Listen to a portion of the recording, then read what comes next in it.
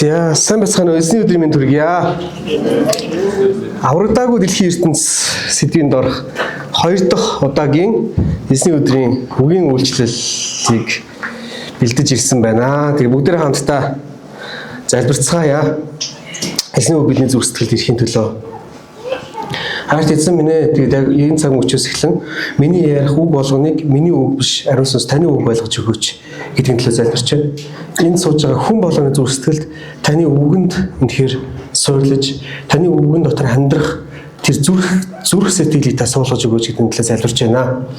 Агуу эзэн та хамтдаа холтгой энэ цагт таны оршихуй бидэнтэй хамт байгаасаа үнэхээр хүсэж байна. Эзэн Есүс Христийн нэрээр залбирч байна. Амен. За өнөөдөр аврагдаагүй дэлхийн ертөнц гэдэг ерхий сэдв дотор дид сэдвийг нь миний хувьд хэрвээ слайдыг гаргуулад гарч ирэх бах. Үнэхээр хайрлсан даа гэж дид сэдв өгмөр санагдлаа.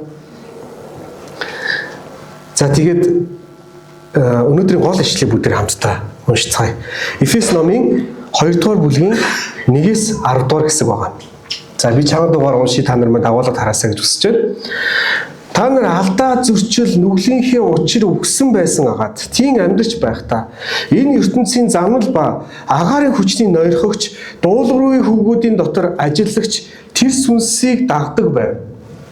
Тэдний дунд бид ч бас бүгдээрээ урд нь махбод болон оюун бодлын хүслүүдэд өөгшүүлэн махбодынхоо хүсэл тачаалуудаар амьдарч байв. Мөн төрлөх байдлаараа бусдын адил уур хилэнгийн хүртэх хүүхдүүд байсан ч бидний хайрлсан агуу хайраараа өршөөлөр баян бурхан маань алдаа зөрчил дотроо өгсөн биднийг Христтэй хамт амьд болгосон юм. Та нар нэгүслэр аврагдсан билээ.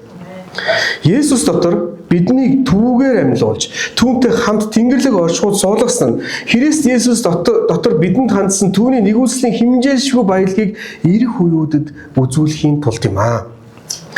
Нэгүслийн учир итгэлээрээ аврагдсан нь та нараас бус харин Бурханы бэлэг бөгөөд үйлсээр чинь биш тул хинч үлс сайрхах болно. Учир нь бид сайн үйлсийн төлөө Христ Есүс дотор бүтээгдсэн түүний бүтээл мөн. Биднийг эдгээрийн дотор яваасаа гэж Бурхан урдаас бэлтгэсэн билээ. 2004 оны 9-р сарын 1-ний өдөр. За 9 сарын 1 гэхлээр ямар өдөр байх вэ? Хичээлийн шинэ жил. 2004 оны 9 сарын 1 гэдэг тэр өдөр миний амьдралд эзэн Иесус Христийг таньж мэдэх, Бурханыг таньж мэдэх гайхамшигтай өргөн хаалга дэлгэгдэн нэгдсэн тийм өдөр байлаа. За би өөрийнхөө гэрчлэлээр өнөөдрийн үгийн цагийг эхлэх гээд байна л да. За тэр нь ямар учиртай гэхэл би MIU олон улсын дээд сургуулийн 1-р курсын оюутан болж мэдээлэл технологийн мэргэжлэр оюутан амьдралаа, оюутан ахуй цагаа эхлүүлсэн тэр нэгэн өдөр байсан байна. За тэр намар ингээд шинэ оюутан лимчин сургуулийнхаа амьдрал дасахын тулд оюутны амьдрал дасахын тулд ингээд дасан зохицох үйл явц тэр 9 сарын 1-ээс эхлээд хэлж байгаа тийм. Гэтэл тэр намар яг хэдэн сарын хэдэн байсан санахгүй байна. Нэг өдөр багш маань анги өдөртсөн буюу одоо миний өдөрдох багш маань солонгос хүн байсан, өөрөө итгэвч хүн байсан. Нэг лекцийн дараа намайг дуудаад за чи юу яах боломжтой юу? Энэ амралтын өдөр манайд нэг зочлох боломж байна уу гэтгэлээ. Яг үндэ миний хувьд болохоор тухайн үед мэдээлэл технологийн ангийн конкурсээр нэгт жагсаж орж ирсэн хөлтөс байхгүй. Конкурст. За би гайхуулж байгаа юм биш шүү. За би эзнийг агууг ярихын тулд ярьж байна гэх. Тэгээд багш дуудаж ирээд манад ирж болох уу гэдэгэнгүүт нөгөөх маань л аль хэлдээ намар болсон конкурсын үр дүн толгойд иргэлдээд багш тоож юм да. Саа үед ингэж гэртээ өөрхөндөө гэдэг тийм бодогдов. За нэгэнт багш тоож байгаа учраас урилгыг хүлээж авлаа. Тэгээ багшийн гэрт тэр амралтын өдөр зочилж очихоор болоод тэгээ очисон чинь эхнэр нь аюу гай амттай сайхан хоол хийгээд хоолны ширээ засаад за тэднийд орсон надад ингээд одоо хүртэл ингээд санаас гардаг нэг гой сэтгэл төрсөн багш маань эхнэртэйгээ хүнд харж байгаа харилцаж байгаа тэр хүндэтгэлтэй сайхан харилцаа. Эхнэр нь багштай буцаагаад харилцаж байгаа харилцаа тий. Цаанаа нэг юм хуурмаг юмгүй нэх гоё тийм халуун дулаан гэр бүлийн харилцаа. Тэдний хоёр охинтой. Тэгээ хоёр охин нь аав ээжигээ хүндэтгэж тэдний үгэнд орж байгаа, ирж байгаа зочинд хүндэтгэлтэй хандж байгаа. Хэдий жоохон хүүхдүүд боловч тэр болгоныг ингээ харахад нэг л тийм өөр байсан. За энэ бол ингээ дөнгөж л одоо итгэж айлын үүдээр орж иж байгаа. Миний дөнгөж их анхны сэтгэл болж байгаа байхгүй. Тэгээд 19 тэл байсан байж таарах байл үдээ тэр үед 2004 чинь дөнгөж оюутан болж исэн. Тэгээ 19 настай тэр жоохон хүүгийн хувьд яг үндэ бодоод үзсэн чинь би гэр бүлтэйгээ л нэг айл зочилж очиж гэр бүлд маань зориулж ширээ засахыг харснаас биш надад зориулж тийм сайхан ширээ засаж байгааг тэр насанд анх удаа харсан байж тарахад байгаа байхгүй.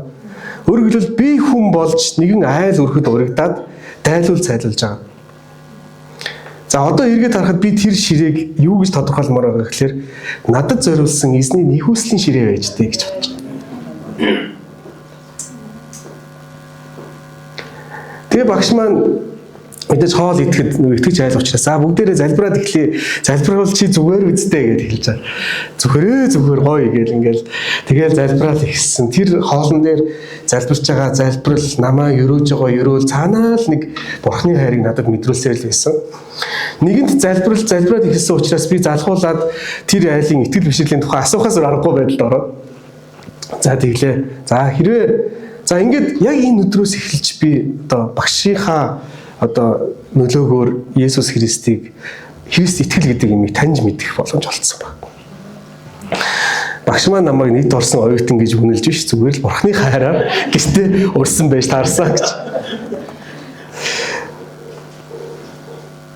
Тэгээд 2005 оны 3 дугаар сарын 8-ны эмэгтэйчүүдийн баярын өдрөөр буюу хагас жилийн дараа багштайгаа үзэлцэж тэмцэлдэж ер нь Есүс чинь яхаараа юм байдгийн те би итгэхгүй байна. Багш маань тэрийг батлах гэж оролдож хагас жил зүтгэсний дараачаар 2005 оны 3 сарын 8-нд анх удаа тийм ээ эзэн Есүсээ бид нэг амьдралынхаа эзэн гэж хүлээн зөвшөөрөө гэж залбирсан одоо тэр гэсэн байна. За тэгээд залбираад дууссан. Одоо тэр зураглал ингээд нүднээс бүр ингээд гараад ирээсөө байнга татна бодогдчиход байхгүй. Багш маань суудлаасаа босоо. За энийг хардаа энд цонх нээлттэй байгааз. Тэгээд энд хөшиг байгааз. Тэгвэл энэ цонхоор орж иж байгаа салхинд хөшиг ингээд зөөлхөн ингээд савлцж байгаа үстэй.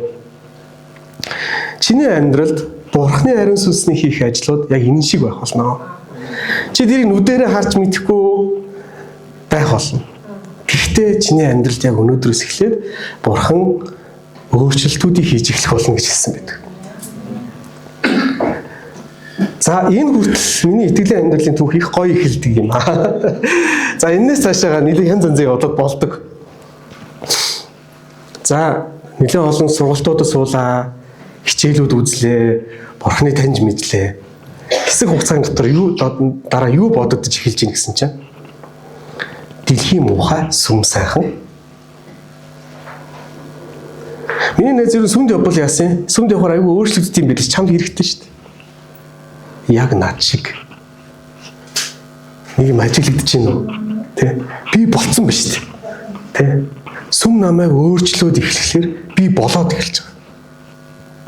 Дөнгөж итгэж болж сүмд явж байгаа залуучуудад яагаад ч заамаар санагдаж эхэлж байгаа. Амьдралын бүх зарчмыг би ойлгоцсон мэт. Ерөөсөө надад Библи байхад би бүгдийг чадах юм байна гэдэг тийм ойлголт. Итгэж хүн ингэж хувцалдаггүй маа гэл.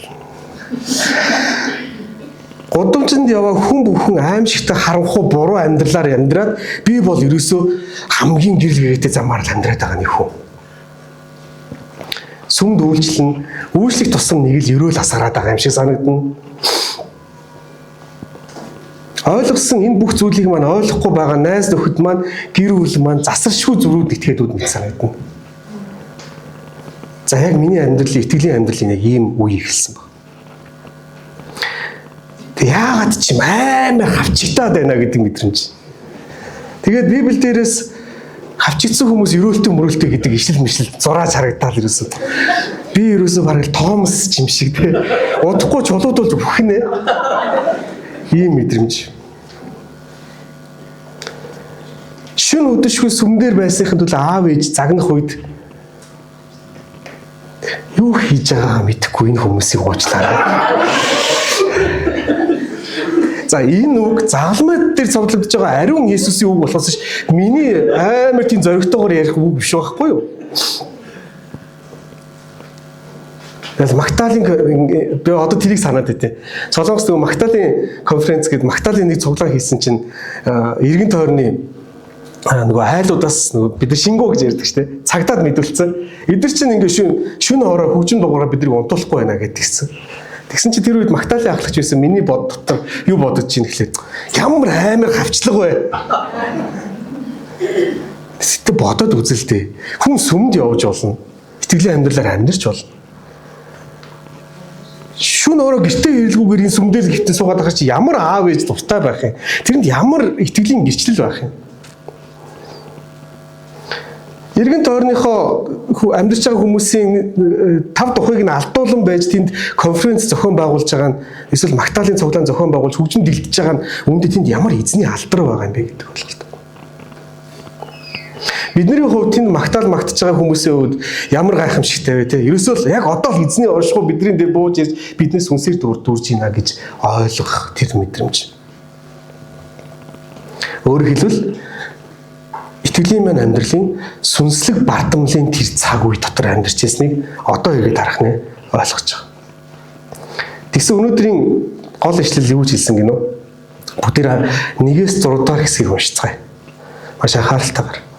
Та нар алдаа зөрчил нүглийнхээ учир өгсөн байсан хаад. Тийм амьдарч байхдаа энэ ертөнцийн замнал ба агаарын хүчний ноёрхогч дуулуургүй хүүгүүдийн дотор ажиллагч тэр сүнсийг дагдаг байв. Тэдний дунд бид ч бас бүгдээрээ урд нь махбод болон оюун бодлын хүслүүдэд өөгшүүлэн махбодынхоо хүсэл тачаалуудаар амьдарч байлаа. Мөн төрлөх байдлаараа бусдын адил уур хилэнгийн хүртэх хүүхдүүд байсан ч гэсэн биднийг харилсан агуу хайраараа өршөөлөөр баян бурхан маань алдаа зөрчил дотроо өгсөн биднийг Христтэй хамт амьд болгосон юм. Та нар нэгүслэр аврагдсан билээ. Намайг бүр газар дортлыг ярьж байгаа үстэй энэ дэр. Та нар алдаа зөрчилдөө өгчихсэн уур хилэн хүртэх ёстой. Ер нь бол тийм олигтой амтан байгаагүй тухай ярьж байгаа. Тэгээд яасан гинөө? Биднийг хайрлсан агуу хайраараа өршөөлөөр баян бурхан минь биднийг нэгүүлсээрээ л аварсан болохоос биш. Бидний хийсэн гавьяаны дагуу энэ зүйлийг хийх байна гэсэн. Гэтэл би зүгээр л шүүгч болж амьдарч ирсэн.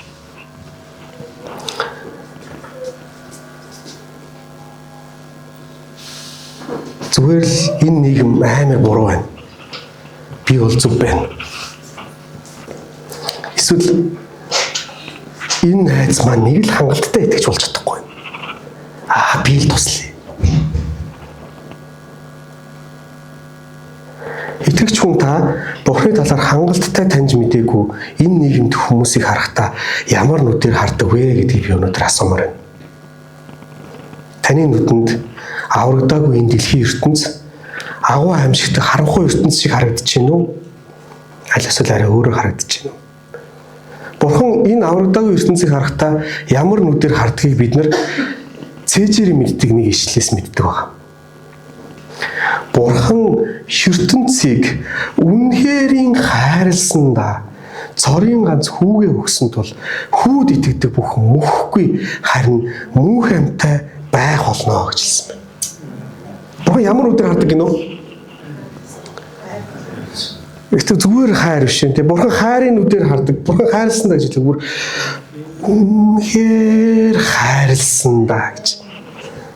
Хайр нь хүрдэг тухай ярьж шүү дээ. Нөгөө нэг аврагдаагүй харанхуй ертөнцийг харахтаа бурхан хайр нь хүрдэг байна шүү дээ.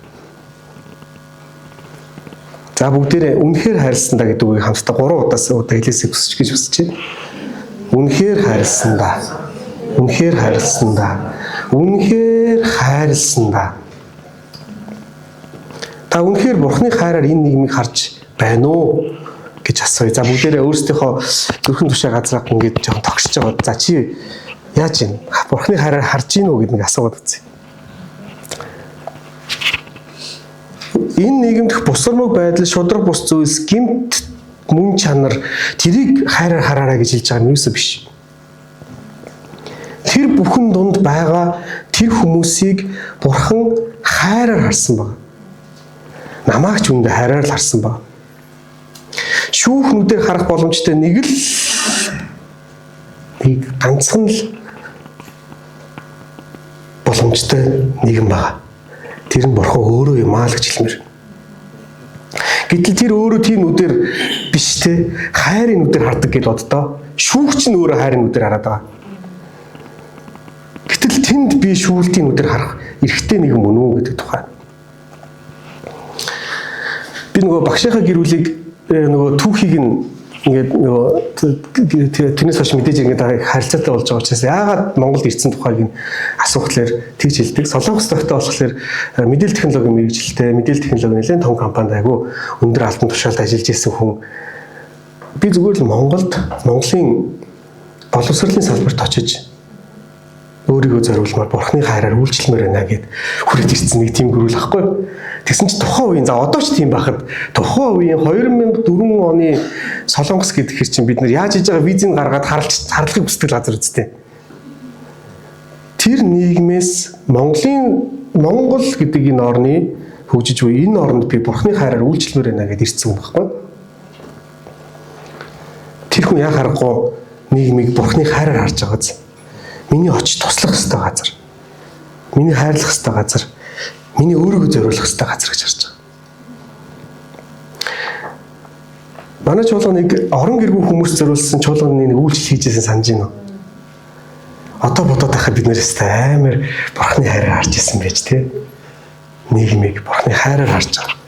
Энэ хүмүүс чинь тийм найдвар хүмүүс биш ээ. Бид нэр үйлчлэн гэдэг тэр харцаар харж ирсэн. Ямар гайхамшигтай. За тэр үйлчлэлээр аврагдсан хүмүүс байдаг байна. Бидний дунд үйлчилж байгаа нэгэн ч байгаа тий. Бурхан ямар гайхамшигтай агуу нэгэн бэ гэж тэгэн нэг удаа алдрын ялдаж ташлаа өрмөр.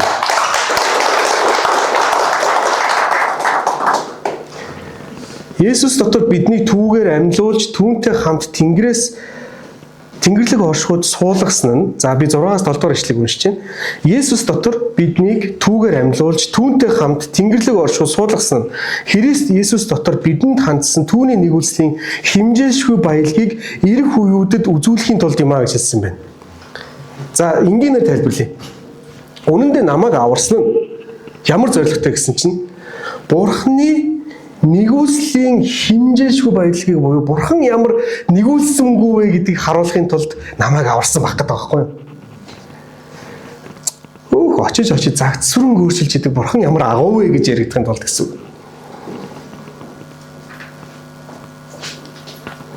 Итгэж хүмүүсийн сайныг энэ нийгмийн муухайг нь гайхуулахын тулд биш байхгүй.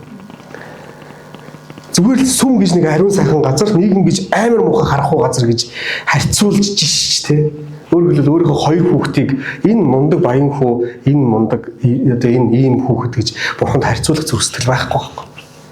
Үнэн дээр энэ нийгэм ч Бурханы хүүхэд, энэ суугаа бид нар ч Бурханы хүүхэд. Зүгээр л би чамайг хайрлах ийм их хайртай шүү гэдгийг харуулахын тулд намайг аварсан байна шүү дээ. Тэг би өөрөө ер нь яг үндэ хэр зэрэг муухай хүн байж болох вэ гэдгийг үннийг хүлээн зөвшөөрөх хэрэгтэй. Өнгөрсөн 7 хоногт нөгөө нэг үннийг нуун дарагдуулах гэж нэг юм ярьсан шүү дээ. Сургаалаа. Үннийг энэ үнэн бол амар чухал үнэн байхгүй. Би өөрөө хэр муухай хүн байж болох вэ гэдэг нь би муухай хүн байж байх боломжтой тий. Та хүлээн зөвшөөрөх өөр дээрээ би бүр үнэхээр муухай хүн байж болох тийм боломжтой хүн байхгүй. Энэ үнэн байхгүй. А хэрвээ энийг дарагдуулах юм бол бид нар үннийг дарагдуулсан хэрэгт орох гэж тийм. Тэгээд ийм муухай хүн байж болох нэгнийг Бурхан надад ямар их хайраар намайг өөрчлөө вэ гэдэг энэ нэгүслийг ойлгохын тулд буюу нэгүслийн хэмжээ ямар их юм бэ гэдгийг ойлгохын тулд намайг аварчээ гэж хэлэх гээд байгаа. За та баруун болон зүүн талдаа байгаа хүндээ ингэж хэлээч. За та их муухай байх боломжтой хүн шүү гэж хэлдэг.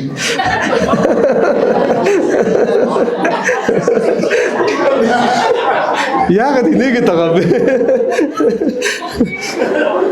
Айгу муухай юм ярьж байгаа өстө өдөрч. Яагаад инээгээд байгаа даа. За үнэнд баярлж байгаа юм байна шүү дээ. За тэгвэл үргэлжлүүлээд ингэж хэлье. Харин Бурхны нэгүүлсэл агуу шүү гэж хэлье.